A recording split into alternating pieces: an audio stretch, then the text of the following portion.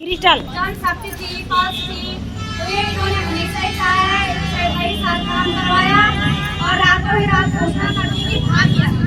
बस उस समय मीडिया का जमाना नहीं था, लोग जागरूक नहीं थे, तो सबने अपने आप में ही कहना खुशी की कि भाग गया भाग गया भाग गया, और ये बातें कभी बाहर नहीं आई। लेकिन आज हमारे पास हमारा सबसे अच्छा माध्यम ये जो हमारे मोबाइल हैं, हमारे शिक्षा दीक्षा है, हमारा जो जागरूकपन है, ये है। तो अब हम लोग चुप नहीं बैठेंगे और सरकार को जहाँ पे उसने गलत किया है, गलत का जवाब जरूर देंगे। भले पैसा मिले न मिले, लेकिन उनको हम मुंह तोड़ जवाब जरूर देंगे कि ये हमारे आने वाले भविष्य के साथ, आने वाली पीढ़ी के साथ इस प्रकार का कोई भी फ्रॉड काम न लेके आए, न हो इनका बस का रोजगार लगे, कोई बेचारा दिहाड़ी मजदूरी करे, रोटियां फोड़े, मजदूरी करे, लेकिन इस प्रकार से किसी के पैसों का के साथ खिलवाड़ करे। ईमानदारी से दो पैसे कोई कमा कर लाता है और हम लोगों से ठगी कर घर जमा कर देते हैं और फायदा सरकार उठा लेती है, तो कोई तीसरा व्यक्ति उठा देता है। तो इस प्रकार से हम लोगों ने जागरूक होना है और सरकार को इसमें मुंह तोड़ जवाब देना है। अगर सरकार ईमानदार थी, शासन प्रशासन ईमानदार था, तो जरूर अपनी ईमानदारी का परिचय देने के लिए एक घंटे हमारे साथ ईमानदार थे और कहते कि दोषी कौन है, पैसा कहाँ गया है और क्यों गया है। लेकिन सरकार ने भी चुप्पी साध रखी है, शासन प्रशासन ने भी चुप्पी साध रखी है। हम लोगों ने ईमानदारी से पैसा लोगों से लेकर इकट्ठा किया, तो हम लोग गर्दन की ठोकरें खा रहे हैं, दौड़ भाग करके अपना जो भी टाइम मिला है यहाँ पर धरना स्थल में पहुँच गए हैं।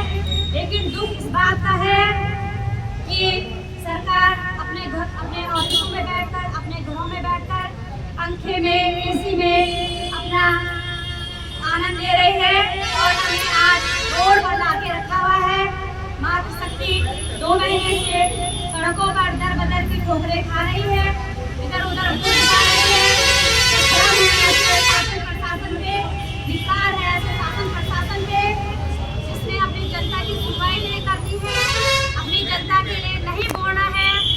तो इससे अच्छा तो हम चाहते हैं हमारे उत्तराखंड में राष्ट्रपति शासन लागू हो जाए और हम बिगड़ शासन प्रशासन के ही ठीक है।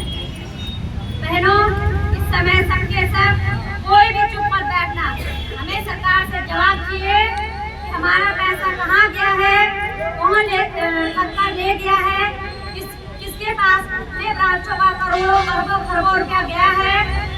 तो सरकार हमें जवाब देगी, शासन प्रशासन हमें जवाब देगा और उसके बाद हम अपने घरों पे बैठ जाएंगे। हम नहीं चाहते कि हम इसी प्रकार से हमेशा अपने पैसे के लिए दर बदर की ठोकरें खाते रहे। धन्यवाद। धन्यवाद बहन। यह है एलसीसी पीड़ितों की आवाज़। ये है लक्ष्मी बहन जो एलसीसी निवेशक है, यह है पीड़ितों की आवाज़। जमा हुआ है 28 अक्टूबर 2024 को यहाँ पे ये संगठन बंद हो गया था और ये हमारे वारंट बंद हो चुके थे, जहाँ पे जमा होता था, जहाँ पे काम होता था। तो आप लोगों को क्या होना चाहिए, आप लोगों को इसके बारे में पता होना चाहिए और खुद सोचना चाहिए। जब आपका 28 अक्टूबर को यहाँ पे बंद होगा तो उसका जमा नहीं हुआ और 28 अक्टूबर तक जमा हुआ, तो अक्टूबर तक आप एक भी आरक्षी है और आपको जो बहुत तो आप एक दूसरे को ब्लेम क्यों करेंगे, गाली गलौज क्यों करेंगे। ये देखिए ना कि आपको ये सोच रहे हैं आप आपको गाली गलौज करते हो, आपको लगता है कि आपकी लड़ाई कमजोर पड़ेगी। हमें आगे लड़ना है और समाज की गुजारिश करती है जिस तरह से हम 6 महीने से यहाँ पे धरने पे बैठे हुए हैं और जिस तरह से 6 महीने से लड़ाई चलती है, तो कहीं ना कहीं हमारी लड़ाई कमजोर पड़ सकती है, तो कमजोर पड़ेगी बिल्कुल, क्योंकि अगर आप आपस में लड़ोगे तो कमजोर जरूर पड़ेगी। तो हमें एकजुट रहना है और एकजुट से आगे लड़ाई लड़नी है और सरकार से इस तरह से गुजारिश हमें हाथ जोड़कर गुजारिश कर रहे हैं कि आप इस विज्ञान से और हम जान रहे हैं और देख रहे हैं कि इसमें कार्रवाई हो रही है कार्रवाई को, और हम लोगों क्या खाएगी क्या खाएगी हर जगह पे रुपया देंगे तेरे को। और आज हाँ सब में आने के रुपया इतने हैं ये जो कन मोर का तो आप जानते हो कि एक तो हम जिससे हमें हमारे जो कस्टमर हमारे खातेदारों से जितना पैसा हमने यहाँ पे लगा रखा है, जिन लोगों का रुपया नहीं है यार मेरे पास रुपया है ही नहीं कहाँ से दूंगी तेरे को रुपया टॉफी खाएगी ना तू टॉफी नहीं है मेरे पास रुपया टॉफी खाना जाओ पैसा लगा रखा है वो बोलेंगे तो पैसा हमने आपको दिया तो बाकी पैसा आप ही दो। हम नहीं है जाओ टॉफी इतना को हमने पैसा अपना जमा किया है और वो पैसा आगे पहुंचा है, तो हमारी सरकार गुजारिश के हाथ जोड़ कर पूछती है तो सरकार में बैठे हुए हैं उनको हाथ जोड़ कर कहते हैं कि जल्दी से जल्दी की कार्रवाई करें और हम लोगों को पैसा वापस लौटाने की घोषणा करें जल्द से जल्द, क्योंकि हम लोग आपस में न लड़ें और हम लोग यहाँ पे अपना धरना खत्म करें और जब हमारी मांग पूरी होगी तभी हमने धरना खत्म करेंगे, वरना उस पहले तो धरना खत्म होने वाला नहीं है, ये और भी रूप लेंगे। आप लोगों से विनती है, प्रशासन से विनती है और सभा में बैठे हुए लोगों से विनती है कि आप हमारे धरने को खत्म करें और खत्म आप किस तरह से करना है आप लोग जानते हैं कि हमारा प्रशासन जल्दी से जल्दी करवाए और हमें यहाँ से बाहर जाते हैं। धन्यवाद। जुड़ा हुआ है, कृषि मंत्रालय से जुड़ा हुआ है और आज के समय में जब हमारा टेक्निकली साउंड हो चुके हैं तो हर चीज को ऑनलाइन करते हैं। पाकिस्तान की न्यूज भारत में आ रही है, भारत की न्यूज पाकिस्तान में जा रही है, लेकिन हमारी सरकार को ये एनएसएस का मामला ही पता नहीं चल पा रहा। वहाँ की न्यूज सही बोलो लेकिन जो हमारे एनएसएस से इतना बड़ा क्राइम हुआ और अभी भी सरकार बोली है, कई लोग तो मात्र सत्यों को बोलते हैं कि आप क्यों जुड़े, क्यों किया काम। भाई ये सवाल आप अपने उनसे पूछे, मंत्र संत्र से पूछे जिन्होंने यहाँ पे इस काम को बढ़ावा दिया। हवाले के माध्यम से हमारा ये पैसा गया, हवाले के माध्यम से ये पैसा गया है, करोड़ों अरबों खरबों में ये पैसा गया है और जिस आदमी के माध्यम से गया है क्या उस आदमी का उनके पास कोई अता पता नहीं है।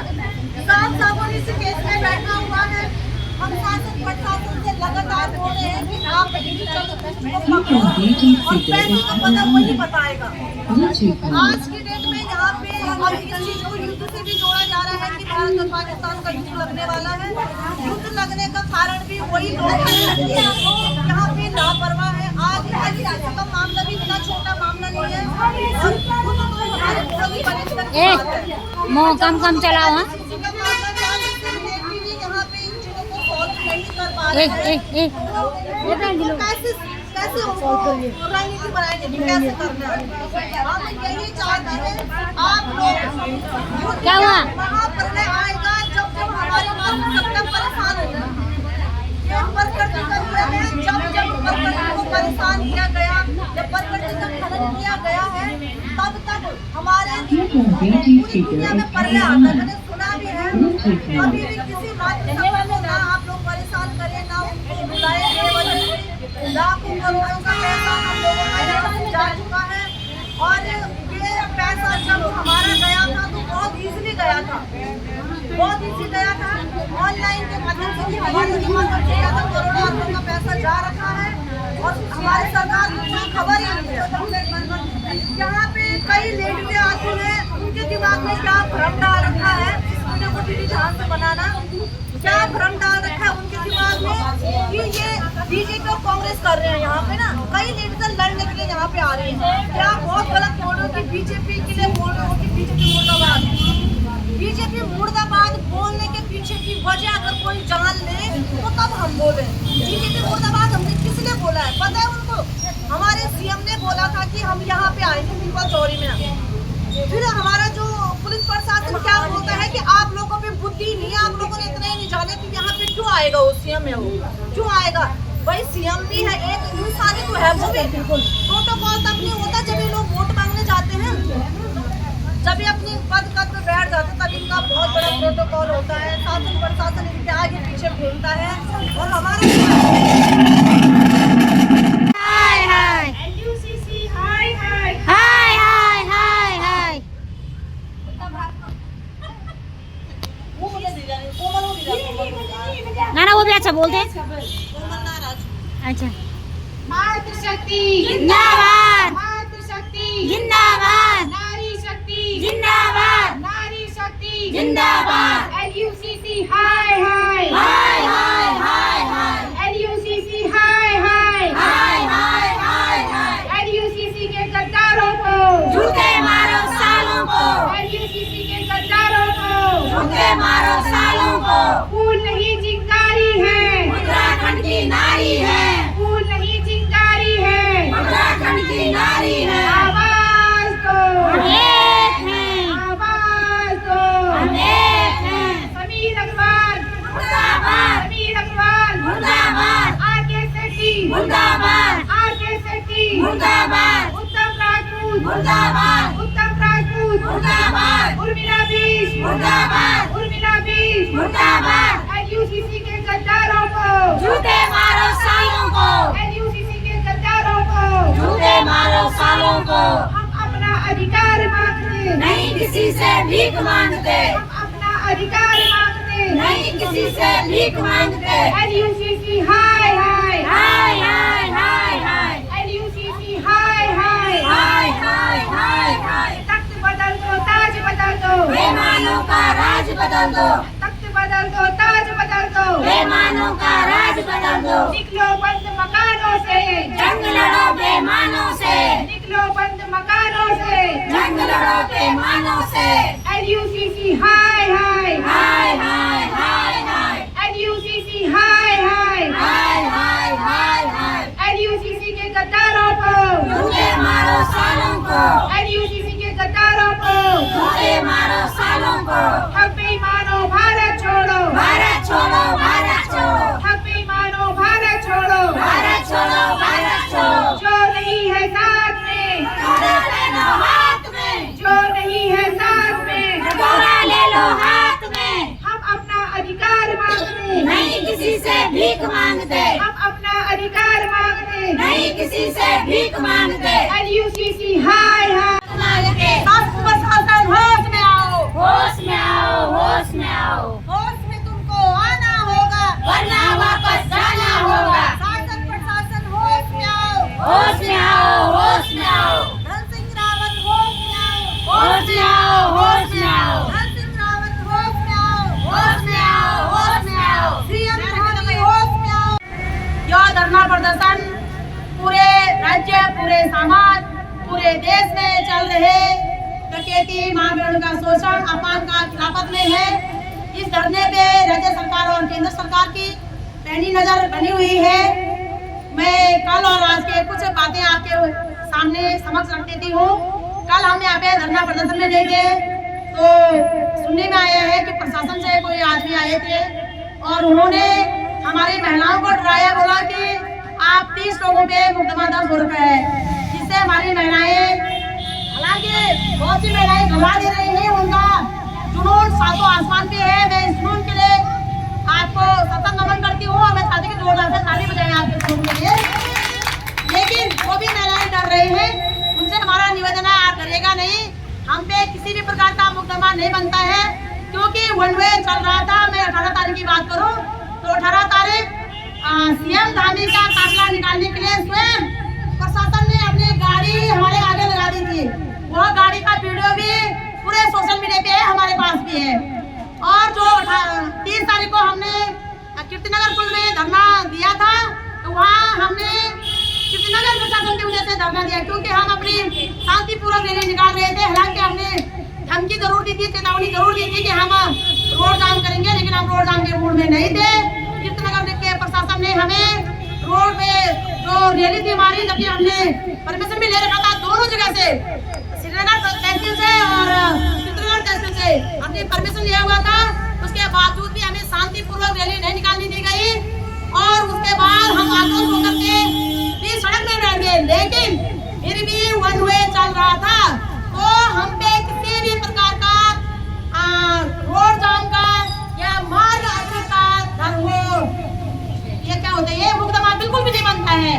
यदि हम पे सदसन राज्य सरकार के दबाव में, धनसिंह रावत के दबाव में, सहकारिता मंत्री, स्थानीय मंत्री के दबाव में हम पे मुकदमा दर्ज हो रहा है, तो मंत्री भाई कान खोलकर सुन लो, आपको हम श्रीनगर में टिकने नहीं देंगे।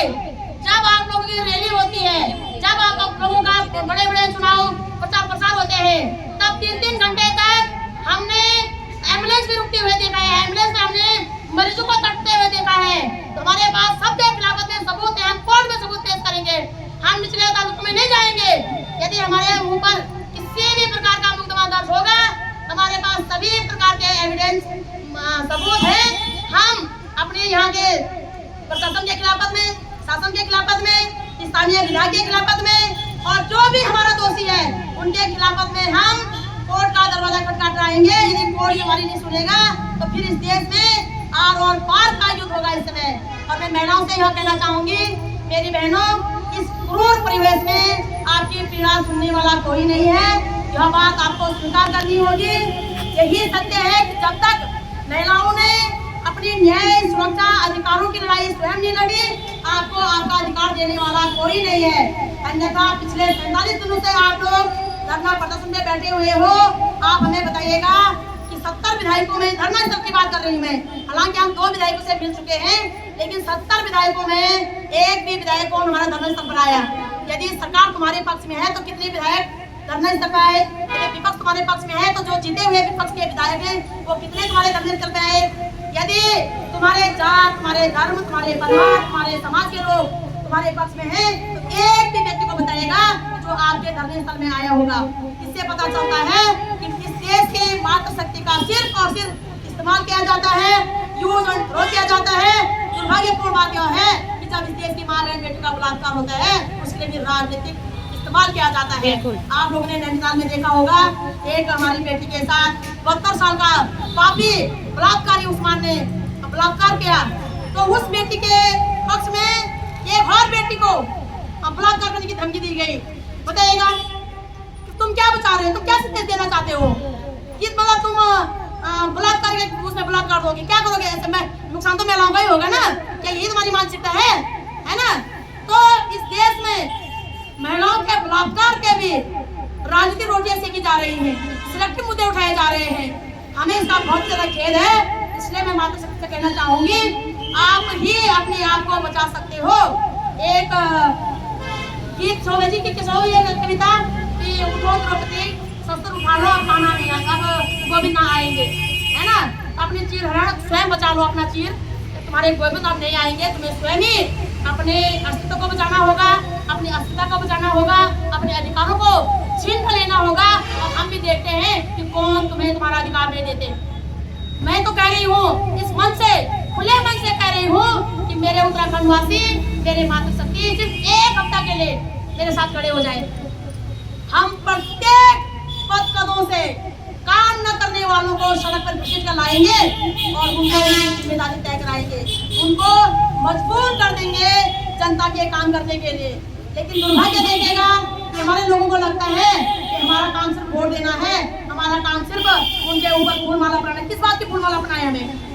हमने वो क्या कारगिल का युद्ध जीत के आए हैं क्या वो चाइना का युद्ध जीत के आए हैं? क्या वो गोल्ड मेडल लेके आए हैं? क्या हम अपने नेताओं को किस बात की फूल माला पहनाए?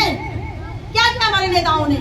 यदि किया होता तो हमें पिछले 47 दिन तक इस धरने स्थल पर बैठना पड़ता। दुर्भाग्य देखिएगा कि मुझे सूत्रों के हवाले से और अपने शासन प्रशासन के रवैये को देख करके पता चला है कि शासन प्रशासन जो है हमारे गरीब पीड़ित सीपी एजेंटों के खिलाफत में केस करने वाले थे। वो तो हम इस केस में घुस गए, हम इस मामले में घुस गए। हमने उनसे पूछा कि सीपी की बात भी छोड़ेगा, डकैत की बात भी छोड़ेगा, आप बताइएगा कि आपकी इस डकैतों के मामले में आपकी क्या भूमिका है? आपने परमिशन क्यों दिया? आपने मॉनिटरिंग क्यों नहीं की? आपके नाक के नीचे इतना भारी भरकम घोटाला कैसे हो गया? तब जाकर उनको आकर ठिकाने आए। ये गलती तो सीपी की नहीं थी, गलती तो हमारी थी। हमने परमिशन नहीं देना था, हमने मॉनिटरिंग करनी थी, हमने भागने नहीं देना था। और अब हमने कठोर कार्रवाई करके अपने लोगों का पैसा उन्हें सम्मान सहित वापस देना था। तो उनको अब ना वो थूकते बन रहे ना घूटते बन रहे, वो तादूध हो गए होते, ना वो थूक सकता ना वो घूट सकता। तो हम चाहना चाहिए ना, अभी भी आप हमारे द्वारा चुने गए सरकार हो, अभी भी हम आपके हित की बात करेंगे कि आप इमरजेंसी फंड बनाइएगा, आपातकालीन इन लोगों को आर्थिक जो संकट है उसे बाहर निकालेगा, आप भी फ्री और हम भी फ्री। तो आशा उम्मीद करती हूँ कि हमारे मुख्यमंत्री जी, हमारे सहकारिता मंत्री जी, हमारे गृह मंत्रालय जी, सभी लोग इस विषय में संज्ञान लेंगे और अविलंब हम लोगों का पैसा सम्मान सहित वापस देंगे। अन्यथा मैंने फिर से कह दिया है कि ये मातृशक्ति है, ये ना अपने डकैतों को बख्शेगी, ना अपने उम्मीदवारों को बख्शेगी, ना ही सिलेक्टिव बुद्धू को चुनने वालों को बख्शेगी और ना ही बलात्कारी को बख्शेगी। अब हम किसी को भी नहीं बख्शेंगे। हम आर पार की लड़ाई में है। 7 दिन का समय है आपके पास, 6 दिन है बाकायदा 6 दिन का समय है, 1 दिन बीत चुका है। तो आशा उम्मीद करती हूँ आप लोग जागरूक होंगे। जिस मातृशक्ति ने आपको ऊपर पद में बिठाया है, आपको जन्म लिया है, आप उस मातृशक्ति के संदर्भ में काम करेंगे। और एक बड़ी बात कही कि बहुत महत्वपूर्ण हो कि काश मैंने कहा धार्मिक संस्कृति के खिलाफत में नारे उठ जाते, तो आप लोगों ने देखा होगा कि कल से नारे उठने शुरू हो गए हैं। मैं और बहुत से लोग इसमें राजनीति भी कर रहे हैं। बोला कि धार्मिक स्थलों पे जो है नारे नहीं होने चाहिए थे। धार्मिक स्थलों पे तुम्हारे ये भी करता होना चाहिए। धार्मिक स्थलों पे कान खोल कर सुन लो। जय दिमाग में सवाल पैदा नहीं होना ना, तो वो दिमाग में सवाल को सुन दो। क्यों भाई, क्यों नहीं हो सकता? तुम्हारे आविष्कार के खिलाफत में हम हर जगह नारा लगाएंगे। तुम्हारे यहाँ धार्मिक स्थलों में कल्चर हो सकता है ना? धार्मिक स्थलों में तुम नेता बड़े बड़े भाषण दे सकते हो, धार्मिक स्थलों में नेताओं के ऊपर फूल बना सकते हैं। और हमारे लोगों के साथ अव्यवस्था हो रही है वहाँ पे, वो क्यों नहीं आवाज उठा सकते? तो मैं अपनी चारों धामों में सभी सनातनी भाई से कहना चाहूंगी, यदि तुम्हारे लिए अव्यवस्था हो रही है, शासन प्रशासन तुम्हारे साथ दुर्व्यवहार कर रहे हैं, तो आपका अधिकार है कि आप वहाँ से आवाज उठाएं और शासन प्रशासन का मुर्दाबाद का नारा लगाएं, तब तक जब तक वो तुम्हारी व्यवस्था दुरुस्त नहीं कर देते। तो आशा उम्मीद करती हूँ जो इसे राजनीति का रूप रंग देना चाहते हैं, तो उनके दिमाग में यह सवाल बैठ जाएगा और वो सोचेंगे यार बात विषय कि जब नेताओं का तो अक्कल नहीं करना पड़ता। बता भाई जी, नेताओं काम जो संसद में बैठना, अरे धार्मिक को काम जो मंदिरों में बैठना, नेता जाना मंदिर में और धार्मिक को जाना संसद में। तो जब तुम्हें उल्टी से बैठेगा, जब तुम्हारी मंदिर उल्टी हो गई तो कामल कानून पढ़े लिखे लोगों को संसद में बैठना चाहिए, है ना? और जो धार्मिक लोग थे उन्हें मंदिर मस्जिद में बैठना चाहिए था, तभी तो कुछ होता है ना? तो जो मंदिर जो धर्मगुरु से मतलब संसद में जाओ कि कानून संसद में वो संसद में मंत्र पढ़ेगा तो नहीं होने यार, या नमाज पढ़ के नहीं होना। वहाँ पे नीति बनाई जाएंगी, नियम बनाया जाएगा, कानून बनाया जाएगा, बजट पास होंगे, मुद्दों का समाधान होगा, वहाँ पे चर्चा होगी इस विषय में, है ना? और मंदिर में तो सिर्फ पूजा होगी। तो तुम लोगों ने नेता तो मंदिर में घुसा दे रहे हो और उनको जो हमारे धर्मगुरु उनको तुम विधानसभा में घुसा रहे हो, कह रहे हैं कि भाई राजनीति हो रही, तो राजनीति होगी भाई, है ना? तो दरअसल राजनीति को नहीं, भ्रष्ट नीति से तुम राजनीति का बंद करा तो ऑलरेडी सब कुछ ठीक हो जाओ, है ना? तो हम अपना अधिकार